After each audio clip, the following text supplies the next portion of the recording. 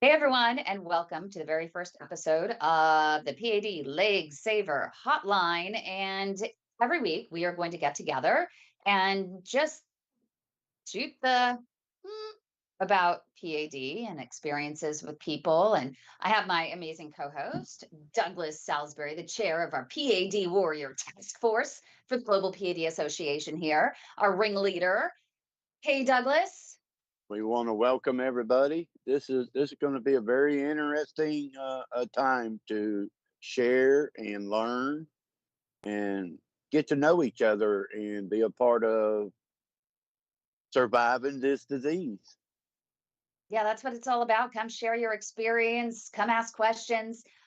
We were joined by Marina, excited that she's here. Mike's here. We have our amazing producer, Josh, who's here as well, making this all possible. And so you can ask questions, you can share your story, share your experience. It's all about just coming together and feeling heard. And maybe ultimately some of those powers that be may see some of the experiences and create the change that we all want to see. So, really excited about this. What do you think, Douglas? Should we bring in Marina? I would love to hear her story. Yeah, we were talking a little bit before, and it's a great way to start the episode because of her concerns and what she'd been through. It strikes us as how many of us have been through what she's been through, and are how many of us now are still going what she's going through, and her concerns and how she feels about this and that, and not knowing and learning what she's learning today to be her Yeah. best advocate. Yeah, Marina, it sounds like you had this catalyst that you were just like, you know what? The doctors aren't going to advocate for me. I need to advocate for myself. What was the catalyst for you kind of having this m- moment of realization? Well, I was told there's nothing else they can do for my left leg. It's bypass or amputation. I said, I can't. I don't You, know enough about this to make that decision. I'm sorry. wow. I'm very upset. Oh, I believe it. I would be too. I can't believe that literally they're just throwing that out there and saying, "Nah, this is your only option. Have a major procedure that is not even guaranteed." They didn't even give you any guarantees, did they, that the bypass would work? No, because my veins are also not candidates. So it would have to be a graft. And they said that's not as successful typically. So, So they're saying, why delay the inevitable? Just go ahead and let's just yeah, amputate. Why even waste our time? But we'll give you the choice, though. You can yeah, have the bypass, then the amputation versus just the amputation. right. So I went back to the doctor last week and I said, no, I need time. I started reading about the walking. I said, I want to try and fix this, without the doom and gloom. That So, is really cool that you want to do this. And we've had several patients. We have a podcast called Collateral Nation, and it's co-hosted by Kevin Morgan. Has a PhD in pathology, and he is a PAD patient who is 82 years old and literally competes in world triathlons. right. And he is not giving up. He has full blockages all the way down his legs. His doctors said there's nothing they can do. And he said, well, I'm not going to settle for that. I am literally going to take the bull by the horns and I am going to use my degree in pathology and really better understand how the body works and create mechanisms by which I can actually improve my circulation so I can continue to do what I love, which is compete at an international level. So I would imagine for you, that would be really encouraging that maybe just saying, you know what, I'm going to go the natural route and see how far it takes me. And no matter what, it's going to benefit you. Even if you do end up having to have a surgery, it's going to benefit you and have a better result if you do have that stronger collateral network of vessels. Right. I've been watching his videos on YouTube about the P.A.D 100, the flexing the feet. And so I started doing that. I need to try everything, so, and I I did, have a question for you too. sure. Uh, that we hear this a lot in the group, and with what Kim just said, up till this point, did you feel like he was a doctor and you just trusted that process? And now that you're becoming aware of some of the things you're learning, you have better questions when you go in to see the doctor and say, wait a minute, hold on, what about this? What about this? Right. Before, he just wore the white coat. So you've got to this point, because that's where I was for 2 years. I just thought that he's the doctor, he's supposed to handle it, he knows what he's doing, and my job is just to do my part. Right. And, Well, and then it was so minimized, over the last year. This started almost a year ago, and I've had probably 10 procedures on my legs, and it was just so minimized that, and stupid me for not researching more. It was just, Marina, don't worry about it. Come in tomorrow, we'll fix it, and you'll be good as new. And I just kept hearing that until finally I said, no more. It's not working. It's not working, and it's stressful. And that's when, when they came back and said, well, there's nothing else we can do. You have to go see a surgeon for the bypass. It's really important that people understand that our philosophy at the Global P.A.D. Association is always, always, always get a second opinion if you can. If it is not an acute, life-threatening situation, Right. get a second opinion from a different doctor, different facility. Even in a different practice, there are 4 different types of practices that treat PAD. You have vascular surgeons, you have interventional cardiologists, you have interventional radiologists, and you even have vascular medicine doctors. And they all have their fortes, right? And not everyone in every practice treats not only PAD, but if they do treat PAD, they may not treat advanced stage PAD known as critical limb ischemia. Some doctors liken it to a cancer of the legs. And that takes a very special skill set that includes wires and balloons being able to finesse and traverse through vessels the size of coffee stirrers in the calf and clear into the foot.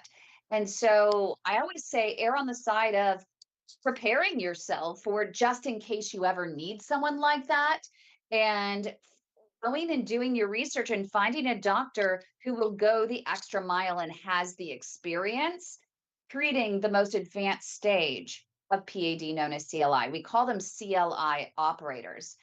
And what I'm wondering in your case, Marina, is we see this all the time. I'm not saying it is the case in your case, but it is worth asking that when you talked before we started this about blockages, maybe initially above the knee, where they were placing stent after stent after stent, Yeah. when I see a revolving door of treatments like this, sometimes what first comes to mind, what I've seen in traveling the world and watching thousands of hours of these procedures, is these doctors will turn on the faucet, fix the vessels up above, but they ignore the vessels below, the plumbing below. And so if the plumbing below can't support the faucet being turned on, it's just going to back right back up.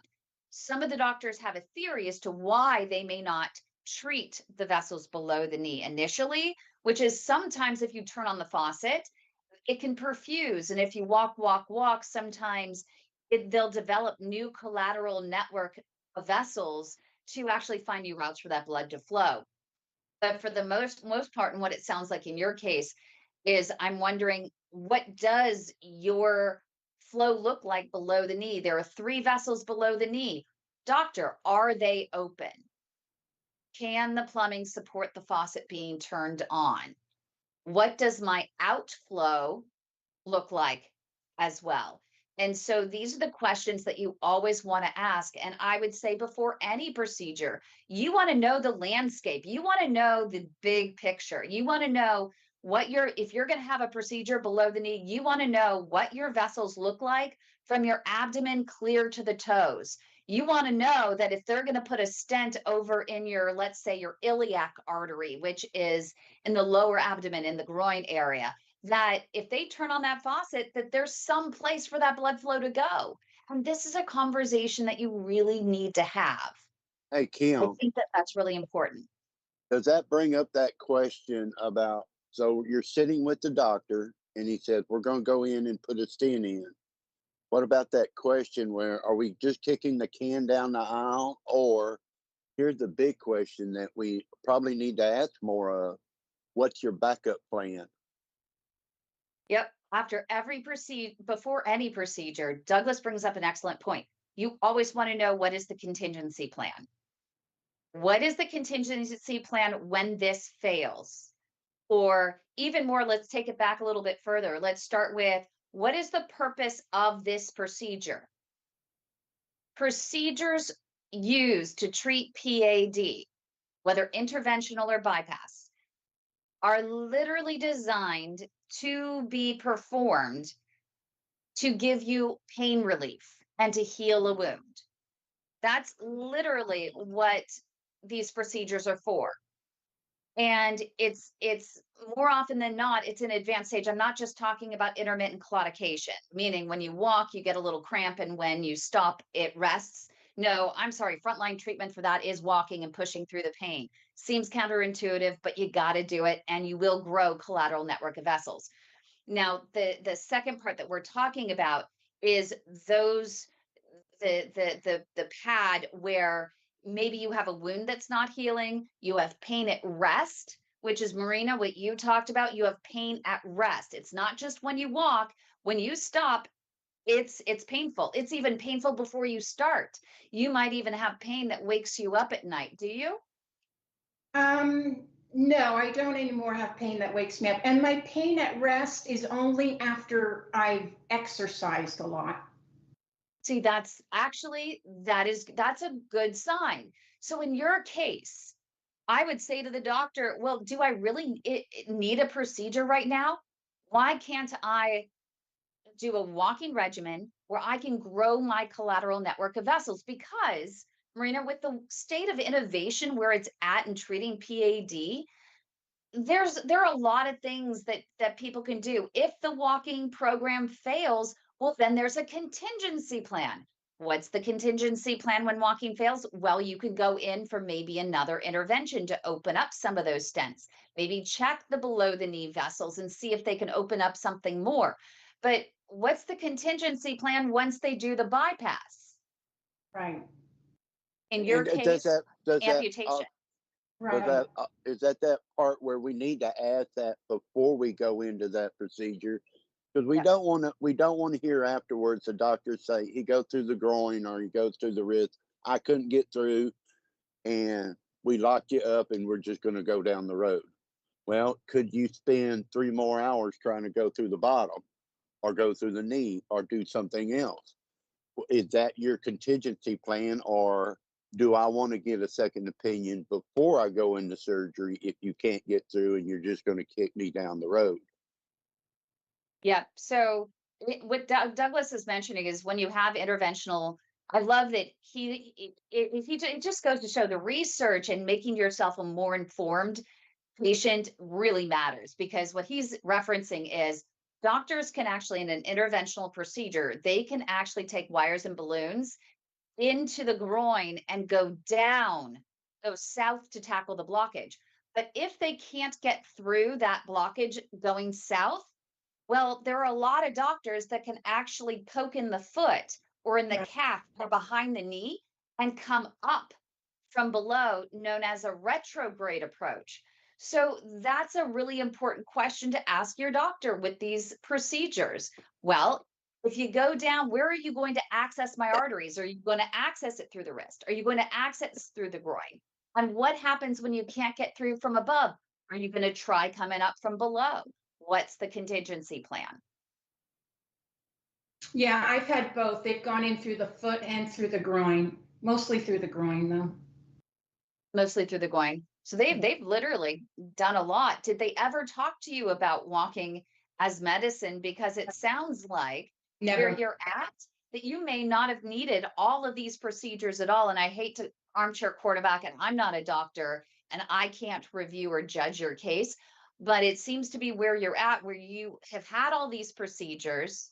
You're on deck for bypass and possibly amputation, but yet you are not actually expressing the textbook symptoms of advanced limb threatening ischemia, CLI, which is a wound on your foot that won't heal Right. Okay. and pain that wakes you up at night. Yeah, no, I don't have any wounds. And I don't get woken up at night. I used to get cramps at night, but that stopped. One of the procedures, one of the stents somewhere worked. But that I haven't had that in a while. I think that's an No, I important agree. thing. I'm sorry, go ahead. No, go ahead. I think, if I wasn't so, I don't know, I just didn't know. I didn't know anything. And it was just so nonchalant. It was like going to the dentist, I really didn't know. And I don't know anyone that had this. So, I think I could have, now reading all this information, I could have taken a different path and tried walking, probably a year ago, Um, you know. and The good Marina, news, I am struggling myself. I'm constantly walking and worried about this every single day now when I wake up in the morning. Mhm. Um, it's crazy the way that you feel as soon as you get up in the morning. It's in your mind straight away. Yeah. I haven't had any surgery or anything yet. I keep saying yeah. I don't know whether I know that I'm not due any soon. But I can really relate to you, the way that you're feeling, the way that my mum was feeling before, and the way that she was going through with. She had stents done. She had multiple stents that kept on failing. Mhm. Then she agreed to a bypass. This was 13 years ago. She agreed to a bypass, and that failed. So when you're going online and reading about things that you know what's kind of coming, you create your own path in your own mind of where you think you're going to go, and it's just not. It's not. You need to. I I don't know where I'm coming from with this, but yeah, try No. not to think too much about things that you read online. Yeah. I mean, this group is amazing with Kim. Kim has created this. The Way to Your Heart is absolutely phenomenal. And the way that I've learned since I was diagnosed in February, and the things that I've learned over the last 6 months, I was just saying to my partner how much I've changed as a person. When I got told that I had PAD, I just fell to the floor. Literally fell to the floor. I was Googling everything, everything. Yeah. And I needed a little bit of time out. So I went back to the UK. I'm currently in Canada. I went back to the UK. I had a couple of weeks where I was back with family and friends, and I've come back to Canada as a completely new person. I'm kind of looking forward to every day now and seeing what it brings. I've still got my routine, but I've changed my whole entire life because of this disease over the last 6 months. Has completely changed me as a whole person. Right. I don't know where I'm going through with this, but sorry, I've had a couple of drinks and I'm kind of on an emotional roller coaster at the I moment. I'm love really it sorry. though. This is so heartfelt, and I honestly, I don't care. There's no, it doesn't matter where the caboose is to the train of thought. You're I feel speaking like from I the could heart. cry now, just listening to this story of Marina. I just feel as though I could cry for you at the moment, and I'm really sorry. It will get better, Marina.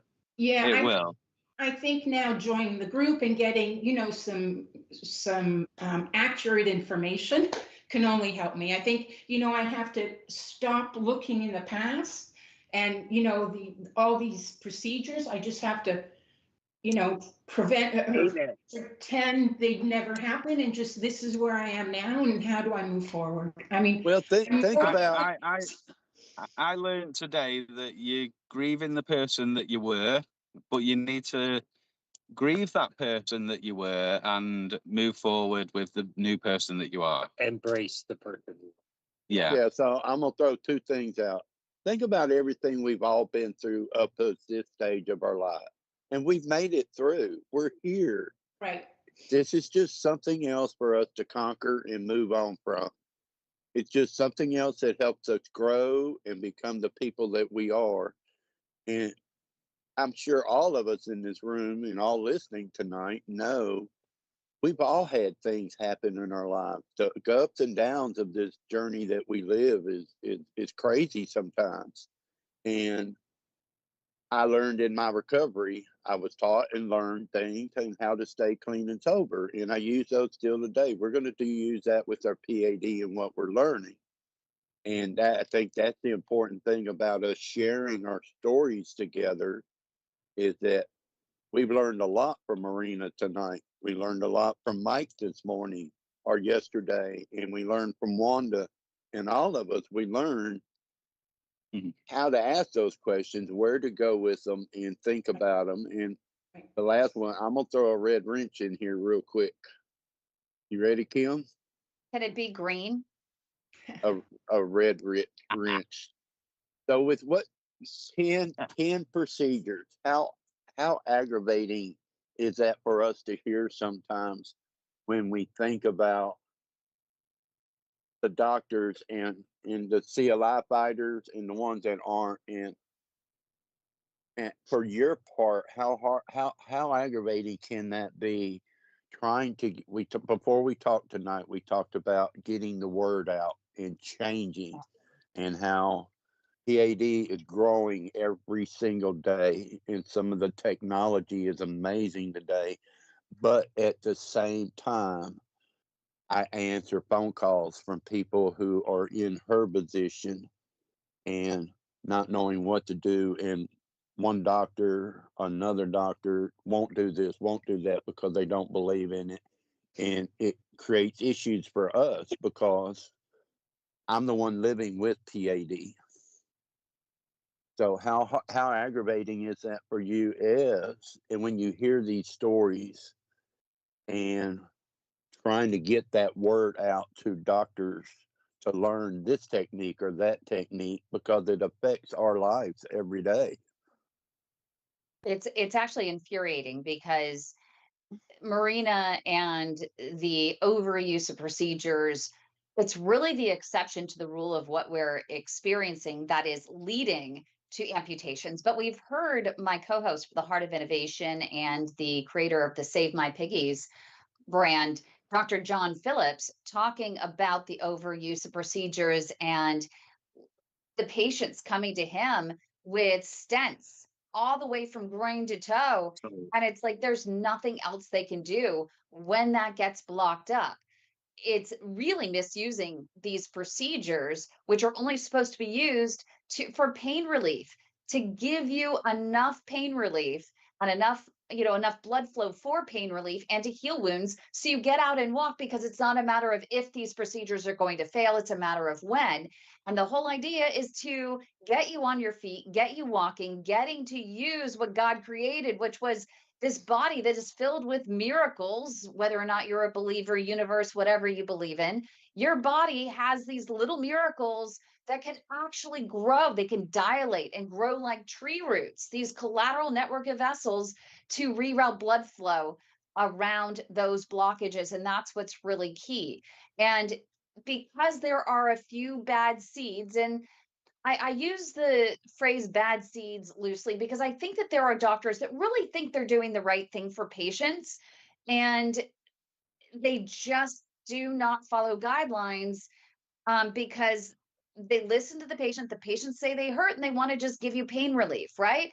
Open a little bit more blood flow and we'll give you pain relief. But the problem is PAD management guidelines state that conservative therapy is the gold standard. It's evidence based. Walking is therapy, and medication should always be actually offered for at least 3 months. And if symptoms don't improve, in fact, they worsen, then you have the conversation about an intervention. Because there are these doctors, such as the ones that may have treated Marina, that are doing 10 procedures in a year without And she says she's not having any rest pain. I would assume in the beginning she wasn't having rest pain. She didn't have a wound that wasn't healing. No. She had claudication, right, Marina? Yes. And yet they did these procedures disregarding the PAD management guidelines for even global to do conservative treatment first. That is why these insurance companies, Medicare Advantage plans, are literally just saying, taking it out on every single doctor that's performing limb salvage. They are delaying procedures, they're denying procedures as a rule with their algorithm, forcing peer to peer conversations. Meantime, these patients that actually are in advanced stage PAD, known as CLI, which they liken to cancer of the legs, they have wounds that won't heal. Their toes are turning necrotic. They're being awakened out of a sound sleep with Charlie horses. I mean, it's egregious, right? And then even more is we're just coming to find out that Humana and some of the other Advantage plan companies are dropping the doctors performing these procedures. So because there are a few of these doctors that are performing too many procedures, all doctors and all patients must suffer. And my more than 60% of amputations, Marina, as you know, it's not because of too many procedures. Yes, there are a handful of these procedures, these amputations that are caused by literally just someone going to town with stents and bypasses and all that jazz. But the majority, more than 60%, according to Dr. Eric Szymski's research, he's from Beth Israel and his team, more than 60% of amputations are performed with a doctor doing nothing at all in the year prior, and 90% of which without even a vascular evaluation at all.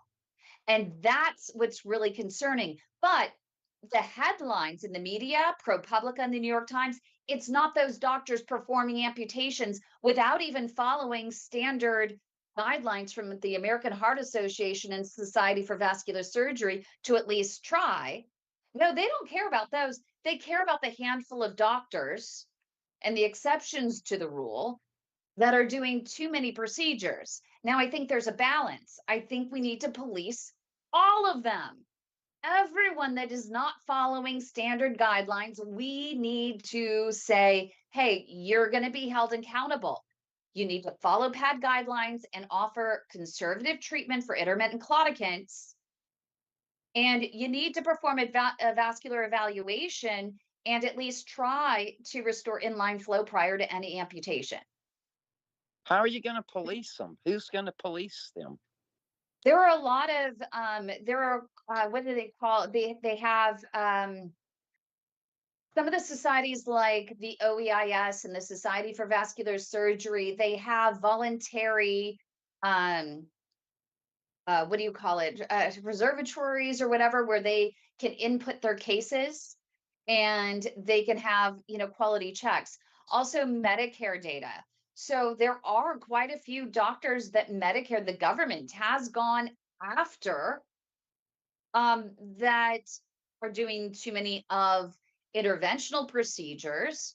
So they are going after them. But the weird thing is that they're not going after the ones performing amputations without following society guidelines. And that seems really, really bizarre. It's very backwards to me because while there's not a lot of evidence that shows that all of the new revascularization techniques are durable. Not one of them stops a revolving door, although we're looking to see as to whether or not the new dissolvable stent from Abbott, known as Esprit, and the new retractable stent from Reflow Medical, known as Spur. We're waiting for some long-term data to see if that can slow down the revolving door of these interventional procedures. But there's still not enough evidence to convince a large number of doctors to actually even try.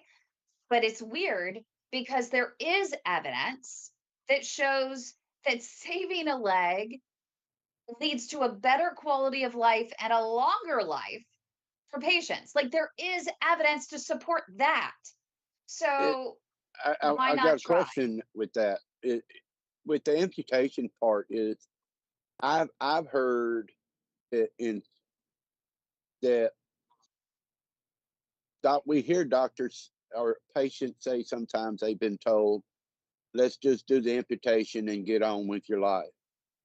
But as a PAD survivor right now, I'd rather have a procedure once a year and keep my leg than go through what, because I can deal with what I'm dealing with now, not being able to walk to the end of the street better than I can having to learn how to live without a limb and going through what Alan goes through, what Dawn and some of our people go through on a daily basis. How can somebody say it's easier just to cut it off and let's just move on? When I had my procedure, that was the thought. He said, let's just do the axial bifemoral bypass and move on because I can do that in 20 minutes instead of spending another 3 hours trying to go through the leg or the foot or something. So we hear that a lot, don't we?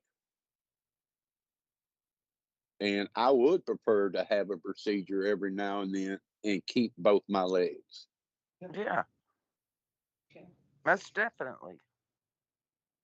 So I mean, I know like the last doctor's appointment I went to last week, and I left there crying. There were so many amputees. I thought, this can't be the right place for me. Especially, I don't think I have ischemia. I mean, no one's mentioned it to me. So, I just, whew, it was just overwhelming. Yeah, See, gotta be. this is where I really do appreciate this vascular surgeon from Johns Hopkins, Caitlin Hicks, for just even starting the discussion to raise awareness that this is important. This is an important discussion to have to say, hey, you know what? Wait a minute. Let's put the brakes on some of these procedures, including amputation, and let's focus on conservative therapy, walking as medicine. It was interesting that you bring up that you walk into this vascular surgery department at a large university hospital that we won't name, and you see all of these amputees. We had a place over in Tampa that we ended up getting a patient transferred to a different hospital. And when the kids showed up at the first hospital to escort the dad, literally three amputees were being wheeled out to be sent home that day. Like, what are the chances it's that prevalent in some of these hospitals? And in fact, we have Tony and Derek that are in our group that have, been public about their story. And the moment that Tony, the wife, called our Leg Saver hotline at the Global P.A.D. Association, is that very same moment, Marina, when she walked into the waiting room and she saw all of these amputees and she said, oh my God, this can't be the future for my husband. I'm not going to let that happen. There's got to be a way around this. Right. and this goes back to a very special part we need to discuss. I feel like sometimes also the mental health and the emotional health that we go through. Because yeah, I can imagine walking into an office knowing that I have issues going on and I want to keep my legs, I want to keep doing what I'm doing, but everyone sitting around me is missing a limb. It's like, uh-oh, am Mm, am I going to walk out the same way? I would And have. not only does PAD affect our physical, but look at what we go through emotionally with the roller coaster ride of being diagnosed with it and how it affects every single area of our life, our work, our bills, our relationships, our families, our jobs, everything. Not only does, and then we have to lay in bed at night knowing that, well, I can't work now. I had to retire. I wasn't ready to retire. I had to retire and now I'm on disability. living on this amount every month now compared to what I was living because Right. of what I've been through with PAD. So it's being able to acknowledge it. I'm so glad you're here with us, Marina, and being able to share because there is hope. There is courage and strength out there. We can get through this, and being able to support each other and know we're not the only ones who go through this. We're not the only one. I remember I went to a doctor one time on the 25th floor. Kim knows this story. And I walked out of his office, walked about 5 feet to a window, and it's like, I just might as well jump. Yeah. Because he said, oh, he basically said, I can't do nothing, and go home, get your affairs in order. You got maybe 2 to 5 years to live. And it's like, so I remember standing there at the window thinking, I'm just going to jump. It's over with. And it's that ongoing, like Mike talks about every morning. I get up and can I do what I want to do today? Right. Can I even walk to the mailbox? Right. If you're married or in a relationship, if you're still working like Wanda, she's still working. And how does what she can do and can't do now affect her job performance sometimes? And you ha- hiding it from my boss. I don't want him to know how bad it is Right. when I do get up and then walk for 5 or 10 minutes and my calf is cramping like hell. I'm limping back to my desk. I don't want him to see me do that. I don't trust anybody. Yeah. You And know, he can and go that's to, How do what I you? worry about as well. Is sorry, Kim. I worry about as well. I left my job in February last year in 2024 to go through with this immigration process. I was diagnosed this February, so I've not been working at all for the last 18 months waiting for my work permit to come through so that I can start working in Canada. And I'm worried now that I used to work for the health service. I used to ferry patients all around the hospital like a porter sometimes. You know, now that I'm getting this leg pain, I worry now, like, obviously I'm not I don't get it that much anymore because of all the work that I've done since February, but it just limits you on what kind of job that I can take on now and what I can do on my daily limit of what, and it's a struggle. It's playing on my mind now of what jobs should I apply for when I get my work permit for Canada? What are my options now? right. I don't, you know, so I'm And I think that 63. that's I'm important. retired. This is not what retirement was supposed to look like. I'm the same, Doug. I retired. I'm 64. I retired 2 years ago, hoping to travel, and we can't do anything. We went to Spain and I couldn't walk. I stayed in the hotel. It's ridiculous. But now, if you think about it, you could go back to Spain and you could plan. And we always tell people that when you travel, it's just about strategic planning. It's about making sure that you know where you're walking and knowing that the walking and the pain is not going to hurt you, that it's actually good for you. You might not be able to walk as fast as you want, you might not be able to walk as far as you want, but you can plan accordingly and still try to enjoy. You might not be able to enjoy it the way you used to, but Right. try to figure out how can you figure out a way that you can still go to Spain and enjoy the wonderful food and the sights and the flair, even where you're at, in your journey with PAD. And That's the plus, by part. the way, we know some advanced limb savers there, so if you needed them. That's Okay. the part No, where. oh, sorry. Go ahead, Doug. That's the part we need to remember. 10 years ago, I'm a man. 10 years ago, I would just manhandle everything. I would just I would just handle it, just manhandle it. Today, I'll share a little. I'm building a tiny house. I have learned how to do things around my graft that pokes me 24 hours a day. I've had to learn how to do what I used to do, just different now. Right. And another part about that is learning how to ask for help today is another part. But I'm learning today how to saw and how to build things and do things that I used to do. I just have to do it a different way today because I just have to learn to do something different, a different way. It's walking. Imagine that walking and uh, you're walking to claudication, right? Mhm. Then you take that next step. I've always wanted to ask my body who gave it permission to create a collateral without asking me for what it wanted to do. You know, think about that. When you walk into that pain and you take that next step, your body says, "Oh wait, we have an issue. I need to do something. Yeah, as if you're talking for her. I need to build a collateral around this blockage." And Yeah. I'm learning to do that in other areas of my eating habits, my not smoking habits today, and in eating properly and walking and doing and still I have PAD and CAD, but that doesn't mean I'm dead, and that's not who I am.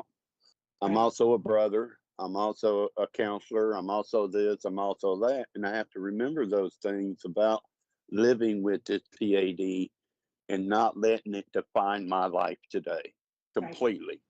It Right. makes a difference. It does. It impacts everything I do, but it does not define me today. And we Right. need to remember that. Right. I tell, Exactly. when my family calls or the kids call, I say, I'm more than just my legs. So forget the legs. Ask me how I am other than my legs. I'm more than just. Marina, I'm going to interject here. I'm Jordy. I'm Mike's husband. Hello. We love And Jordy. Jordy, hey, Jordy, how you doing it's like all? Norm. Hey, Jordy. I'm going to share a little bit. My sister has multiple sclerosis and she has been since she was 20 years old. My brother has cystic fibrosis and he's 65 years old and has had a double lung transplant. My own personal story is I have ankylosing spondylitis, which is an arthritis of the spine. Um, in my family, we were allowed our own little pity party where we felt sorry for ourselves. Right. And then it was you concentrated on what you could do. And Mike is a prime example of, before he was diagnosed, he would get the claudication pain and we would stop and rest. Yeah. And now through his exercise, he doesn't get it very often, but when he gets the claudication pain, he walks as far as he can because that's building those collaterals. Right. And when you get this kind of diagnosis, yeah, it's going to bump you back on your butt, and it is a kick.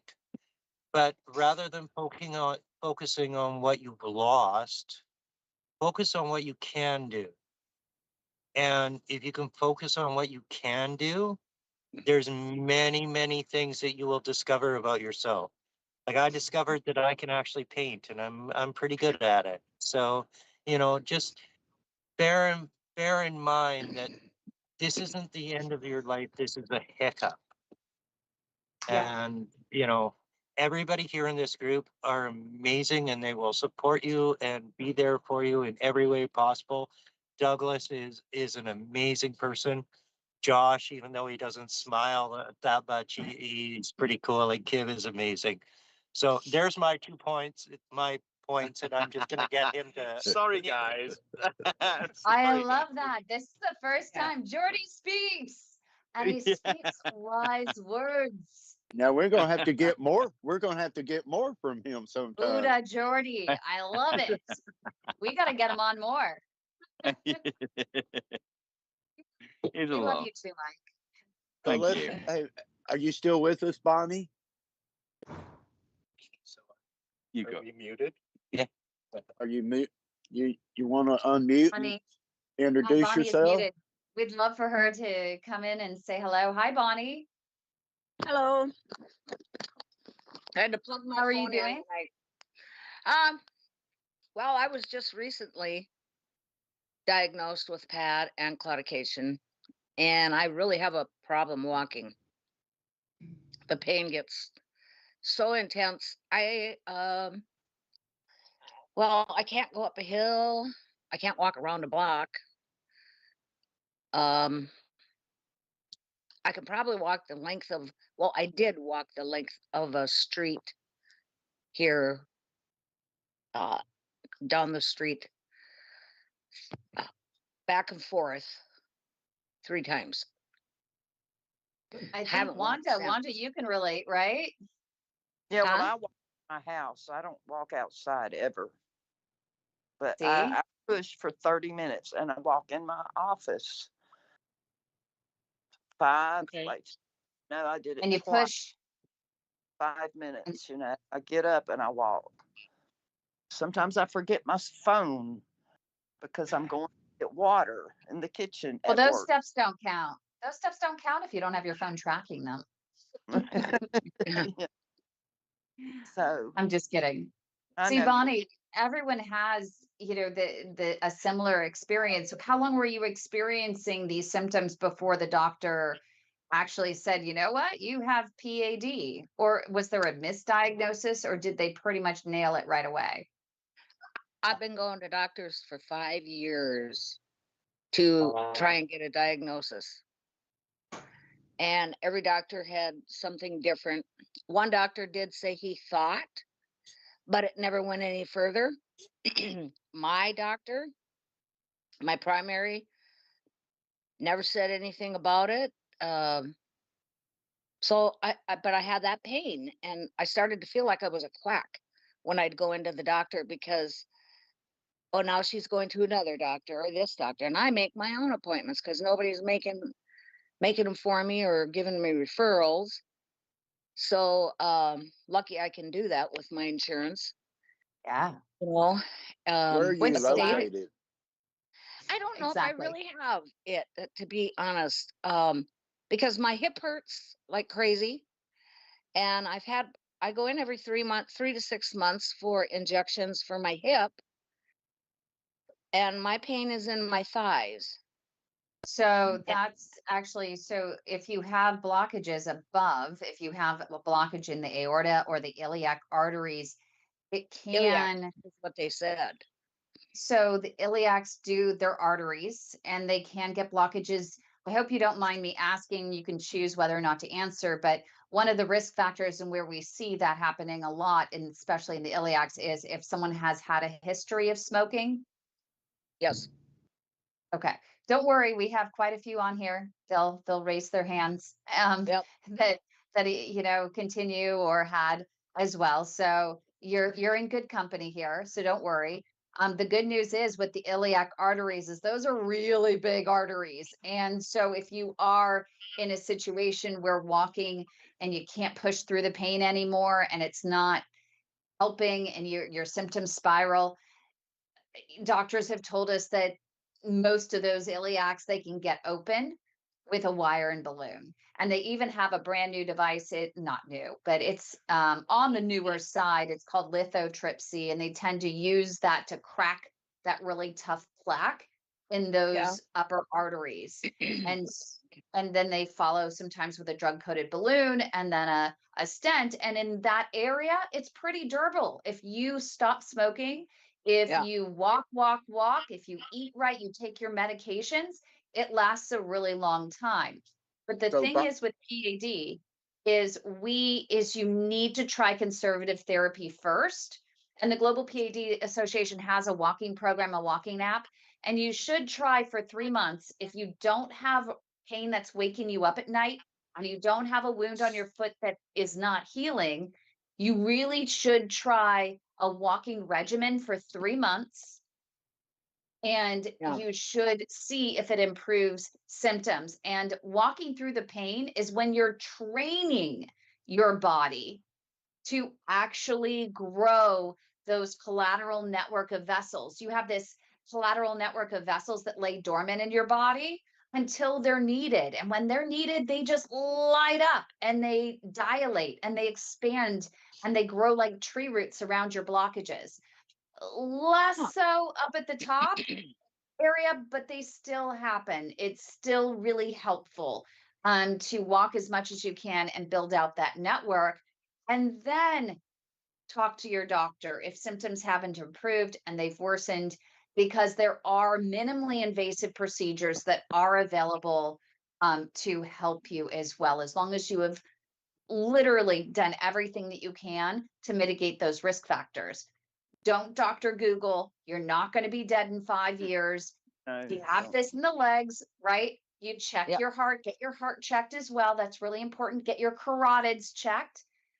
They're We clear. always say, see, that's good. We say chat with your doctor, CHAT, carotids, heart, abdomen for aneurysm, and T for toes, checking those pulses in the toes. So chat with your doctor. Douglas, what were you going to say? Do you have, Bonnie, do you have anything coming up? Are they planning anything, or do they have any, what's the action or plan they have right now, Well, maybe to help you? what I did is I called my physical therapist here in town because I live in a small town, and they just put in a big, a gym connected with physical therapy. And I asked him if they had that program where I could come and Medicare would still pay for it. And he said they did. So I went in today and they said, because of my hip, they want me to go see my orthopedic doctor, which I'm doing Monday, and make sure it's not my hip, because I've had to have the bursus popped, and then they stretched my IT band because it had shrunk, and now I'm scared maybe it shrunk again, and they can't do surgery on that again. You can only stretch it so far, and so I'm gonna do that, and then I'll try walking again, even if I have to walk with my walker. My neighbor Uh, suggested that. So have Now, you actually been tested for, you haven't been tested for PAD. You haven't had an ankle brachial index Yes, test I where have. you have, and what were the results? Iliac. Okay, so you do have iliac issues going on. Yeah. Do you remember the amount of stenosis or amount of blockage or how low the pressure was? I would imagine in the ABI, it's All just I about know, I pressure, but remember is 50% blockage. okay, that can definitely have an impact on your walking ability. And it's definitely worth making sure that you see a proper vascular specialist. There are Yeah. 4 different types of doctors: vascular surgeon, interventional cardiologist, interventional radiologist, and vascular medicine. Always the best option, again, conservative first. So you don't want a doctor that's going to say, okay, let's go in, let's just start and the Right. knife out. Let's start cutting you open. No, no, no, no, no. You don't want that. But you want someone that's going to work with you on modifying your risk factors, smoking cessation, eating right, and walking as medicine, making sure that you start on whatever medications that might be appropriate for you that might also help, including a vasodilator known as cilostazol, which is part of PAD management guidelines for as frontline treatment to help you with the blood flow. But Right. I'm going what to ask state my are you doctor. in? I go see him on the 31st, and I want that. And there's another medication I want because I used to walk a lot, every day. And, well, after I lost my husband, I just Oh, went I'm to work, sorry. and I'd come home and just nap or just sit. I sit a lot. Yeah. Yeah. What state are you in? I'm in Minnesota now. so you're in a perfect place to get a perfect second opinion doctor through Kim to help you figure that out. And if you're going on the 31st, if you go on the PAD site, there's a list of questions that will help you when you go see your doctor. There's a list of questions that Kim can get you that you need to ask Okay. to And get the a question bigger, about rounder the picture iliac. of where you are and what you're going through. So get with Kim and she can help you get those questions so that you're well informed and you're able to ask the questions you need to ask now so Okay. that it just doesn't keep going. Right. Yeah, you can go to padhelp.org and, navigate to the Find a Doctor page, and there's a list of criteria to use. And I mean, if you're closer to Rochester, if you're closer to what's the oh goodness, not Rochester, Minneapolis. Great ones there. There are ones way up north near St. Paul. There are a lot of great doctors, but there are also ones that are not so advanced. The good news is for you is it seems like you have more of a traditional type of PAD that is the bigger vessel disease. And most doctors tend to have the experience no matter what their practice in that area. The one Yeah. thing that I always advise patients, especially when it comes to those iliac arteries, is if you do at some point need a procedure, need an intervention, to make sure the doctor uses an additional imaging device known as intravascular ultrasound or IVUS, because I've seen way too many cases where doctors say, oh, I can just eye it. I use a CT angiogram. I'm great. I can measure it. But I can only tell you in manning the Leg Saver Hotline, call after call after call from patients that have had their iliac arteries go down, they get reblocked, and that's supposed to be really durable. I mean, it's not supposed to go down if you've mitigated your risk factors, unless you have an additional clotting disorder that they just did not um, recognize early on.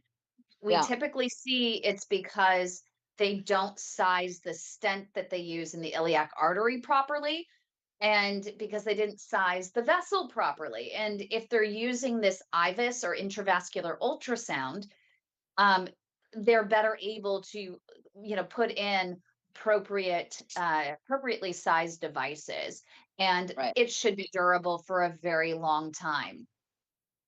Well, the doctor Okay, that well, I'm what if seeing, you the have vascular doctor I'm seeing, is really good. He went through all of that. He told me everything you told me. And well, to say I'm going to Ascension now, but even the doctors from Sanford Hospital up in Fargo send their claudication patients, PAD patients to the doctor that I'm seeing now. Well, that doesn't mean anything. No, well, it made me feel good. They have vascular surgeons in Sanford too, so I guess Yep. he's highly recommended is all, but Highly recommended reviews, they literally mean nothing. It's all about, because they can bamboozle their colleagues and say, oh, it was the only thing I could do, and I did everything in my power, and they flex their muscles, yeah, and everyone yeah, believes them. And so, and they'll, oh, keep sending them to me, and hey, we'll go play golf on the side. Yay, by the way, you can go fly in my airplane, my private jet, and we'll go to a concert afterwards, go see Billy Joel. yeah, These are the things you don't see. So you don't know why they're referring. You don't know, I mean, especially all the way there. He could be the vascular god. We just don't know. And so it's good to hear that he's saying the same things that I'm saying in terms of how a procedure might go and when a procedure might be needed, and the tools and the imaging, additional imaging that would be involved. That's really good news, but that's the criteria that you want to use, right? When you're evaluating whether or not to go with a one doctor. And we always say, get a second opinion before any procedure, no matter what. And any good doctor will tell you, hey, it's great, no problem, no harm, no foul. If you want to go see another doctor, that's great. right, Every doctor should say, get a second opinion, because innovation is moving at the speed of light. There are so many research studies that are available that not every doctor has access to. And there might be something new and different that might even extend your outcome further. right, There might even be one doctor might even have an incredible game-changing walking program, or they right. might be involved in a medicine research trial. Oh, wait, okay. Can scar tissue interfere with opening up an iliac? You said smokers have iliac blockages. They can. Okay. So in 2017, I had a femoral endarterectomy. Okay. There's always been a lump there. Okay. Um, and now sometimes it hurts, So if my iliac is blocked and say I've got a patch on my artery, can he even open the iliac? Depending on the skill set, and I think I know your doctor, he should have no Yeah. problem doing it. Yeah. Does a patch go bad? Do they have to be replaced like a tire on your car? I mean, you It know, depends on the patient. It depends on the patient. It depends on the risk factors, if they're mitigated. All procedures, it's not a matter of if they fail, it's a matter of when, and some are more durable than others, longer. But the more you mitigate risk factors, the longer it will last. yeah. And we always say, Douglas, what do you want to make sure? Contingency plan, right? Yeah, Always, what is and I was just contingency? thinking the doctor thing. I was just thinking about my doctor. I had the aorta, the axial, and the stents. I had all those procedures done, and I saw the next doctor after I met with you. Now, the doctor that did all procedures on me is a really nice guy. Really is. He really is a cool guy. But when I saw the next doctor out of Houma, Louisiana, he goes, if you had seen me 2 years before, you would not have had all these procedures because of the technology that we have. So I do live in a small town. Everybody in this town knows that doctor, and everybody goes to that doctor and says he's the best. He is top of the line. But after I got with other doctors, I realized that I would like to go back and ask him, when was the last time you went to a training and learned something new? Instead of Yeah. just saying, because he called my brother in the morning and said, if I don't do this bypass, he'll lose his left leg. And Right. it was like, hello, is it easier to it was 20 minutes to do the bypass instead of spending another 4 hours trying to get through my blockages. So it's Wow. about the money, it's about time. Now he is a really nice guy, but Mm. did he have the skill sets to fit what I had? And if I had known, my brother will tell y'all this. He'll say, today, my brother would say, I would tell that doctor today, put him back together. We're going for another opinion. Right. And Yeah, that's I why haven't. I'll see another. You're talking an opinion from another vascular in the vascular area, or Yes, um. it could be an interventional cardiologist, it could be an interventional radiologist, it could be a vascular surgeon. Okay. Yeah, I'll get another opinion on that. Yeah, we can help you with that. We can let you know who the most advanced limb salvage specialists are in the area, and you can compare notes and see what feels best for you. It's all about you and making just the most informed decision for you. And if it simply affirms how you feel and what you want to do with the other doctor, that's Yeah. great. But at least you have another doctor in the back pocket. For my dad, for Right. his heart, we ended up with 7 different opinions before Oh. we got literally 7 different opinions for his heart. And ultimately, we were able to use all of that information to then go back to the 2 that we felt the most comfortable with to say, hey, but these other doctors said X, Y, and Z. What about this too? And we were able to help create a personalized plan for my dad, to the point where even the interventional cardiologist called me in the middle of the procedure to go over his execution and what he was going to do as plan A, B, and C, now that he has the full visual once the contrast fluid was pumped into my dad's heart to visualize Yeah. the arteries. So it's amazing. There's so many different options that are available today. It's worth just getting a lay of the land. And if your Right. doctor says, I am it, you don't need a second opinion, then you Yeah. need a second opinion. Yeah. Now, if he says I'm it, then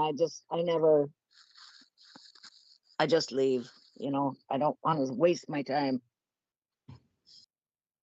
But he's a good doctor. I haven't had him before. It's just that's something I was told. He didn't tell me that. So, and he's in Fargo, North Dakota. So it's a good only 50 miles from me. Rochester's a long ways. I wouldn't be able to drive it. Oh, we have doctors in Fargo as well. There's some great doctors there. Yeah. Well, that'd be my preferred place. Yeah, you can message me privately with the name of the doctor, and I'm more than happy to just check out his Medicare numbers and see what he Okay. does most of, because you want someone that has a high volume of the type of procedures you're looking for, but not too high of volumes. You Right. want, someone that does it often. You don't want someone that does it once in a while. So let's say it's a doctor that performs mostly maybe saves for people who have aortic aneurysms or dissections, and that's what they're doing 90% of the time. And maybe once in between there he does a PAD case, which he can do, but just because you can doesn't mean you should. If you're the only Exactly. one doing it, then maybe you have to. But for you, the patient, if you have a choice, we always err on the side of someone who eats, sleeps, and breathes the type of Right. procedure that you're wanting to have done. Yeah. And think about what we say when we say, I will see this doctor, but it's too far. What am I willing to do for my legs? Yeah, I know. I don't 'Cause have a lot of people to call now to drive me down there. It's either Right. they don't have a license. I don't understand it. Why people just let their license? Well, it expired. I didn't go back, and I'm like, well, okay, let's get it going. Well, I have to take the test. Well, yeah. Hello, get your The doc- license. I mean, if you want to leave this little town, instead of relying on everybody else to bring you somewhere, get your dang license. It's not that hard. It takes you 15 minutes to go through the book and, go down and take the test. Yep. It's a page test around here. But as far as Minneapolis, I don't want nothing to do with it. It is not a safe place. I'm not going near it. Yep. But thankfully that there are quite a few doctors that have set up shop in that area and are really good. So, but even if you love your doctor, it's worth just having that Yeah. second set of eyes just Yep. to see if it's possible. And if you need an Uber ride, the Global PAD Association can help if you can't afford an Uber ride, if Uber is available. We have some areas where Uber is not available, and that's always an exciting time. We ended up with a patient in North Carolina. This was awful. Douglas knows this one in North Carolina, where he was on deck for bilateral above knee amputations. They wanted to take both legs above the knee. He still has, this is like months later from November. He still has his leg, thankfully, but Yay. he lives literally in the middle of nowhere in North Right. Carolina, middle Mm. of nowhere. And so I had to get a cab, which was 45 minutes from the nearest town, drive to him, and then drive another 45 minutes to where he was. But I had to pay for the cab all the way from the original Oh, spot wow. before they even picked him up, because Gee it's whiz. that far out for them, right? And then to bring him all the way back, and then for him to return to his station. It was a lot. It was Yeah. crazy. But he couldn't drive. It's not that small here. I mean, I'm 17 miles from like a Walmart. Okay. But what we have here is I'm in I'm in the lakes area in Battle Lake, and we have a lot going on. We get a lot of tourists. We have every doggone holiday and weekend is overflowing with people because of the lakes. But we have one grocery store and a Dollar General. And then Ooh, we like the Dollar General. Do they have I always bug Douglas about this, but I like to raid if they have a freezer there, I like to raid the freezer, because a lot of times people, it's like the little known area that you can get all kinds of frozen vegetables yeah, in the freezer section of the Dollar General. I'm yeah, in Tex. I'm in for a Texas. dollar. I'm in Texas, Bonnie, and Oh. I'm in a small town in Texas, and we now have, believe it or not, we actually have what they call a Dollar Tree. Right. Ah, everything a And now dollar. they're competing with our Dollar General store that we have. Ah, well, I hope we get maybe a few more stores here, but there are mostly a lot of restaurants because we're in the middle. So people that don't have restaurants close to their lake cabins and stuff, they all come to here. Other than that, you know, post office, your general post office and pharmacy, that kind of thing, bank. But I it's got beautiful. excited last year because a couple miles up the road, they were going to open what we call it Bucky's. Bucky's? Bucky's. Yeah. Oh, what's that? I love Bucky's. You know I Bucky's, Marina? never I heard of it. do. They have some in Georgia when we have to drive to Florida. We always stop at Bucky's. Yep. It's literally it's honest to God a black hole. You can't get out. I'm not kidding. It's literally, it is honestly a PAD, CAD, leg attack and heart attack waiting to happen. But I'm going to tell you, man, that is, you literally don't want to leave. It is like going to a food carnival and they have all Yeah. kinds of fun shopping in there, everything, total tourist trap. You It's cannot fantastic. leave, cannot leave without an Cannot leave. icy Dr. And Pepper brisket. An and a icy brisket Dr. Pepper and a sandwich. brisket. Yep. Yummy. Yep. You did mention something. I forgot the word. Uh, all I can think of Iris. Um, I don't even remember what you connected it to. Is this recorded? This is, we are live on Oh, good. YouTube. Okay, I'll go in there and listen. Ibis. Oh, thank you, Joshua, our amazing producer, Joshua, who pays attention better than I do. Ibis, intravascular ultrasound. It is literally my non-negotiable. There are countries that it's not used at all, and I feel terrible. It is such a valuable research. The data, some insurers won't even cover it. Just it's saying that there's not enough data for it. I'm sorry.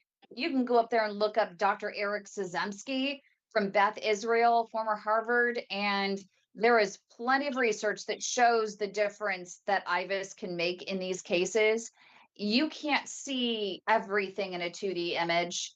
And unless you're twisting and turning the patient to get all angles, you're never going to get the full 360 that IVIS will provide for you with literally just slipping it into the vessel. So Okay. it's a Good. non-negotiable. I bet you if your doctor is as good as you say he is, then 100% he's going to say, is that a rhetorical question? Okay. I bet you, and you can even joke on that. When he kind of looks at you perplexed as to how you know about it, say, Right. I'm guessing with you, that's a rhetorical question.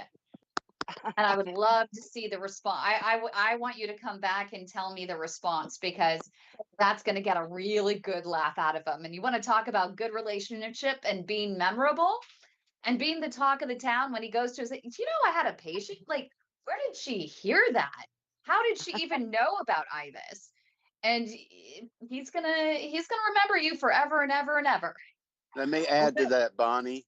You can Yeah. also have Kim with you when you go to these appointments. You can schedule this with her and she will sit on the phone with you and help guide you through that. And you'd be surprised. I went to a doctor once and he came in, we shook hands.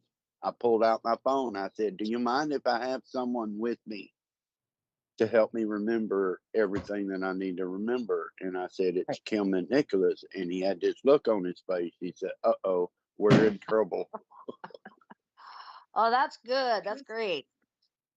It's just Well, sometimes as we everybody needs prepare for your somebody. appointments, Pardon? we prepare, when we'll sit in sometimes and we even have the ability, we'll prepare you for the appointments if you call the Leg Saver Hotline and we'll sit and we'll put together a worksheet together with the questions that you want to ask. Because a lot of times, as you know, you go into these clinic in these consults, and when they seem to feel rushed and they're almost giving you 5 minutes, suddenly your brain just freezes and you can't get all the questions out that you want to ask. Yeah. But if you have a list of them, then they're actually you're not going to forget. You can tell them, no, I have 5 questions. I'm not going to leave here without asking. And then on top of that, when I am on the phone, what's really funny is patients have told me that they've never had that much time with the doctor before. Uh-huh. Okay. So Well, And suddenly, how many times, how many of us in here tonight have left an appointment and gotten down the road and thought, why didn't I ask that? Oh man, that's a good well, one. I should have asked that one. yeah, actually have, I don't know if you can see this, but my list, front and back, that I'm bringing with me to all my doctors this coming week. So they can answer, and I want to see if they all answer the same thing or who I feel more comfortable with going with, staying with. Yeah. That could help me more because it's like the doctors in Fergus Falls are brain dead. They don't have the time of day to look into anything. They expect you to know exactly what they're talking about. But I And think Kim nailed that right when she said, you know, if you walk into your doctor and you say, what about Ivis? He's going to yes, go, he's going to look at you probably like, uh-oh, she knows stuff that maybe I can't, I almost said a dirty word. I can't bull my way through it, or I yeah, can't shut court this, because apparently she knows something and she knows some of the right questions to ask. So I need to be on my game. yes, I better write that on my list right now. My other one. I got too many lists going. I guess. Okay. Yeah, I was really concerned when he first told me you got to walk an hour. And I said, an hour? I don't think I'm going to be able to make an hour. I can walk all I want inside the house, but it's just something that when I get outside and start to walk, I don't know if we take bigger steps or what, something's different. And the pain just is horrendous. I just walked down to my flower garden. I couldn't get back up. I could not walk back up. I had to have my son come and help me get back because of the pain. It's like I can't lift my leg, you know. So That's why and Kevin so that's Morgan, what you, yeah, but I'll let you get to that because that's also really important, because also Mike has experience with Kevin Morgan, and the Pad 100 is helpful. But you should enter our walking program so you could track this, because if you have it documented, your claudication time, your doctor can see if you're improving or not with your daily walking regimen. You can walk in there with your stats that say, hey, this is how far I'm walking till I have to rest, but here is how much I'm really walking through the pain. And this is the level of pain I'm at before I rest. And it's all documented for you and your doctor so that you can determine, hey, even after 2 weeks, 6 weeks, 12 weeks, whatever it might be, whether or not a procedure is right for you sooner or later. okay, and that's you had why I was going to say our PAD group, we have some amazing videos on there. And walking, have you thought about your shoes? What about your socks? Well, how you walk, where you're walking? What about your stance? And Mr. Morgan has a great thing. Dr. Duwall has a great video on how to walk and the importance of walking. And we have an amazing Dr. Alper who talks about the proper shoes. I never thought about the real proper shoes until I saw his video, and it was like I never thought about my toes spreading out a little more, or buying shoes that were too tight on my toes, causing circulation issues. So we have some amazing doctors that help us with some great videos on how to walk and the Okay. importance and how to do it properly. Well, And we have a I noticed today when I went to physical therapy, I had a little bit thicker sock compared to my booties, and that hurt my feet. You know, it was like just super tight. And so I thought, well, I'm definitely going to have to order a different pair of tennis shoes. But now, which ones do I buy that are going to be the most comfortable and easy to get in and out of? You know, Doug, what was the name of the doctor that you mentioned for shoes? Because I have a collection of shoes here in my office. And Dr. Alper, if you he's in go a, in there, he has a couple videos about how to buy the proper shoe. yeah, that's what I need. Alfred. Okay, thank you. Dr. Alper is in our group. You can always tag him, Dr. David Alper. Just Okay. tag David Alper. He's in our group and you can just tag him. The number one thing, Douglas, remember this? He said that when you go to your podiatrist, you should bring a bag of your shoes to the podiatrist and say, which one should I wear and shouldn't I wear? Which is, it's kind of a good way to go. Yeah. Also on Wednesdays, we just started, thanks to Joshua's help. We have a new podcast every Wednesday from 8 a.m. to 9 a.m. Pacific time, 11 a.m. till 12 p.m. Eastern time, Central, what is it, 10 to 11? 10 to 11. And it's where we talk about walking as medicine. We talk about exercise, and we're very blessed to have the author of How to Fight the Crippling Pain of Peripheral Artery Disease. He has a PhD in pathology, so he really understands the anatomy. And he is a P.A.D. patient who was told nothing could be done to open up any of his arteries in his legs. And he was determined to participate in the World Ironman triathlon at 82 years old now, 2 years straight. wow, And he wow. he shares his exercise regimen and what works for him. And he's willing during that hour to, and you'll see a lot of posts from him in the group.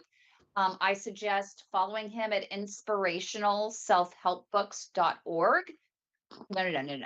Scratch that. Inspirationalselfhelpbooks.com, and subscribe to his newsletter. He's very responsive. He loves when you actually talk to him. And Mike, before there's a couple questions coming in from YouTube, and I'll get to those in a moment. We appreciate everyone joining from YouTube. But Mike actually participates in Dr. Kevin Morgan's P.A.D 100. Explain what that is, because it's something that they may want to incorporate into their exercise regimen, because you said it really works for you. Yes, if you if you watch Kevin Morgan's video, he can explain it a little bit more. But it's basically, instead of getting straight up in the morning, once you wake up, just kind of throw your blanket off and put a pillow down near your feet, and you just kind of doing this with your feet, but you do it like you count 1, 2, 3, 4, and you try and keep your toes open at the same time as you bring it back, and then you kind of grasping the kind of air. And if you do that kind of 100 times, I'm not saying don't, and Kevin will tell you himself that if you can't do 100, you can't do 100. But you know, if you can do 20 and then build yourself up to 25, 30, it's just a pad whatever you can do.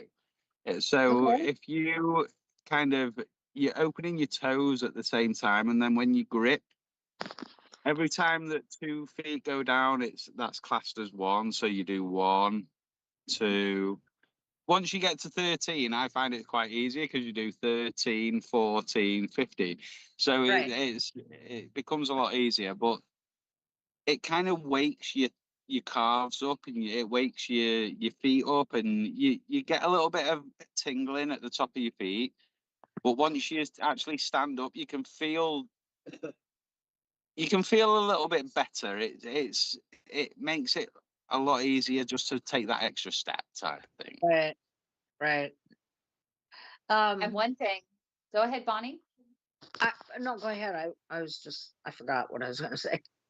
I Sorry do about that a that. lot. One of the things that Kevin mentioned to me that helps me because when I walk, sometimes I get a hip issue, and he has me do kind of that same kind of clawing where you spread your toes as you're walking and almost claw your way. Takes a little getting used to as you're walking, but it eases my cramping in my hips Yeah. as I'm clawing my way um down the road. It's It's all actually, about this kind. It's kind of a little bit like this all the time. You yeah. even I do it in my walking day, just kind of walking around to the supermarket now. I'll stretch my feet out, I'll stretch my toes out as I'm kind of walking.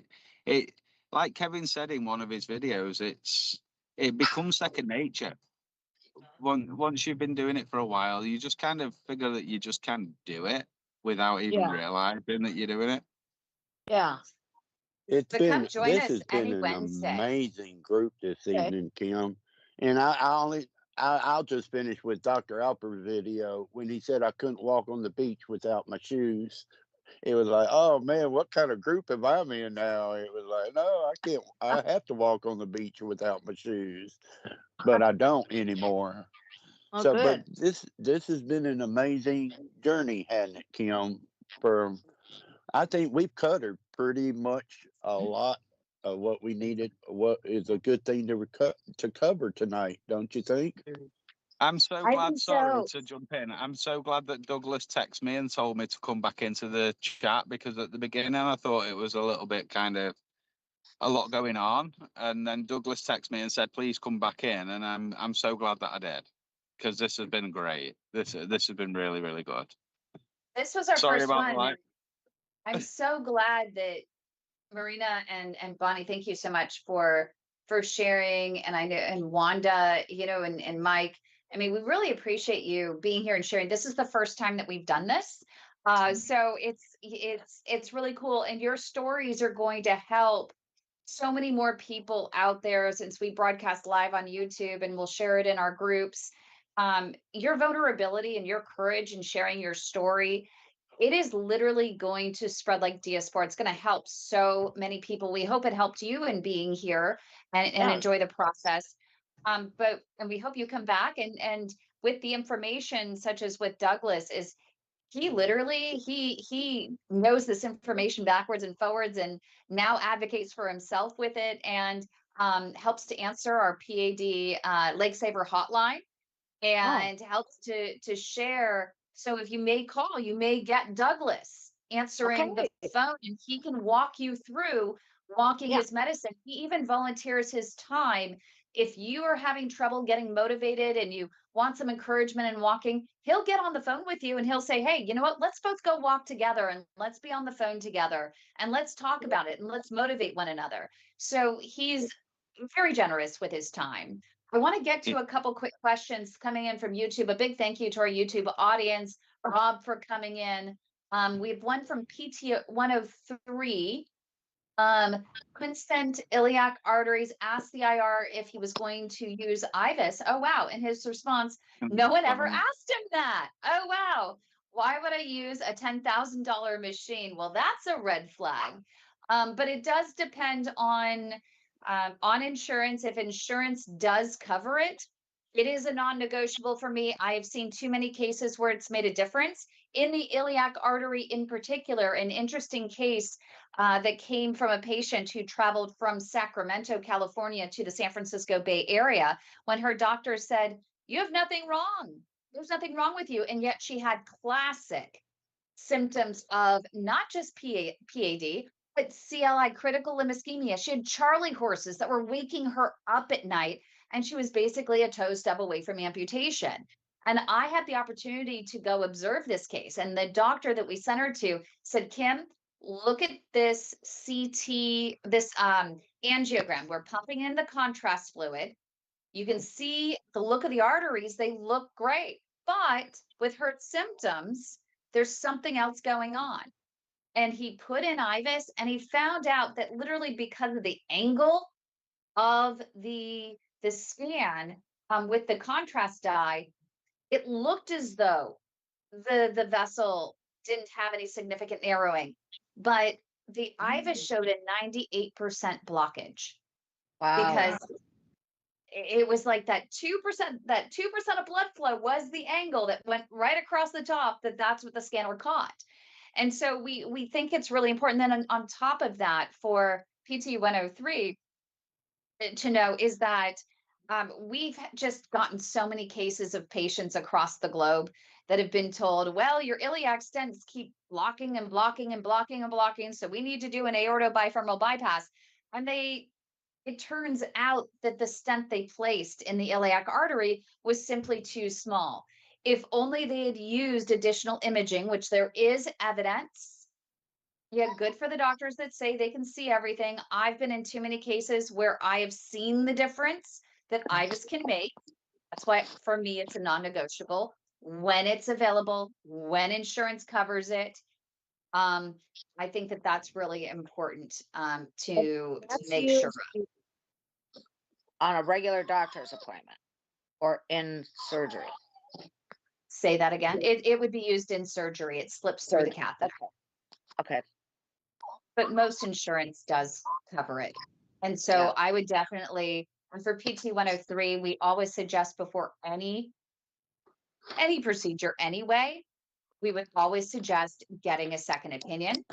What you can also do is if they respond like that, like PT 103's doctor responded and saying, why am I going to use a $10,000 device? And say, okay, well, how are you going to ensure me that you are going to properly size my vessel and choose the right balloon and the right stent for the size of my artery? And you can say, you can eye it. That's fake. That's great. But but is it possible that you might undersize it or you might oversize it? And we've had patients that have had oversized what are called tacks, and it's almost like a little staple. They're not on the market anymore. And they put too large of ones in there. They missized the vessel. And now this poor 50-something-year-old woman has a revolving door of procedures like over and over and is constantly on deck for amputation because the vessel just does not stay open because it's a constant reoccurrence of stenosis in there, lots of scar tissue and turbulent flow and clots, and it's sad. So if they can use it, why not use it? I mean, it's covered. If it's covered by insurance, or you can find a doctor that has it versus one that's not, we always say at least err towards the side of a little extra imaging. What does it hurt? And on that note, I think that So it's Kim, time. Tell us how you really feel about insurance companies. Well, wait for my next blog post that is going to be coming out. We have too many. We have a series called Faces of Denial, and I'm so tired of the callers that call into our Leg Saver hotline in the middle of the night because the insurance company has denied care and they need help getting through the night because they have leg cramps that are waking them up in the middle of the night, and they need to be coached through dangling their legs over the side of the bed, getting up and pacing, having a sip of some tonic water, taking a huge squirt of the spiciest mustard, having a sip of pickle juice, like whatever we can do to help them to mitigate those leg cramps and get them through the night and provide them with hope that something's going to happen to provide them relief sooner. So I just think some of these insurance companies need to watch videos like this to better understand what life is truly like for people with PAD. And that's why it's so important. And I appreciate every one of you for being here and sharing your story and having the courage and being vulnerable with us and everyone who's watching. So we hope you continue. We hope everyone joins us. Our PAD, our Leg Saver hotline, 1-833-PAD legs or 723-5347. So 833-723-5347. That's PAD legs. Okay. Go ahead, Marina. No, I was just going to say thank you very much. It's been very informative and it's great encouragement for me. Thank you. I appreciate all of you.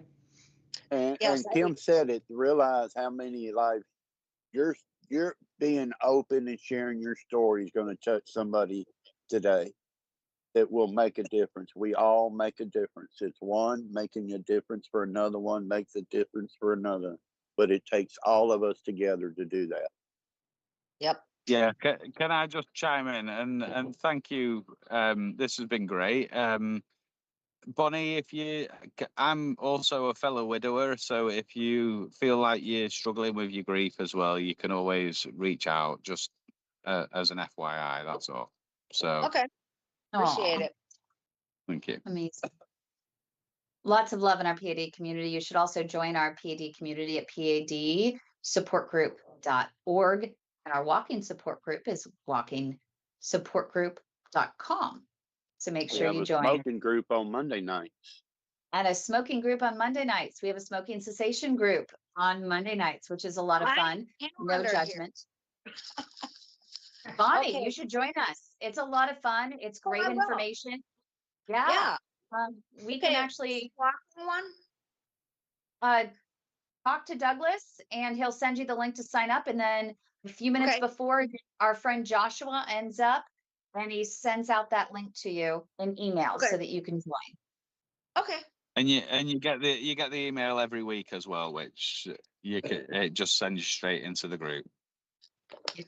Okay. Have cool. a great week, everyone. Thank you so much. Thank you. All right. Bye-bye. Thank you all so much.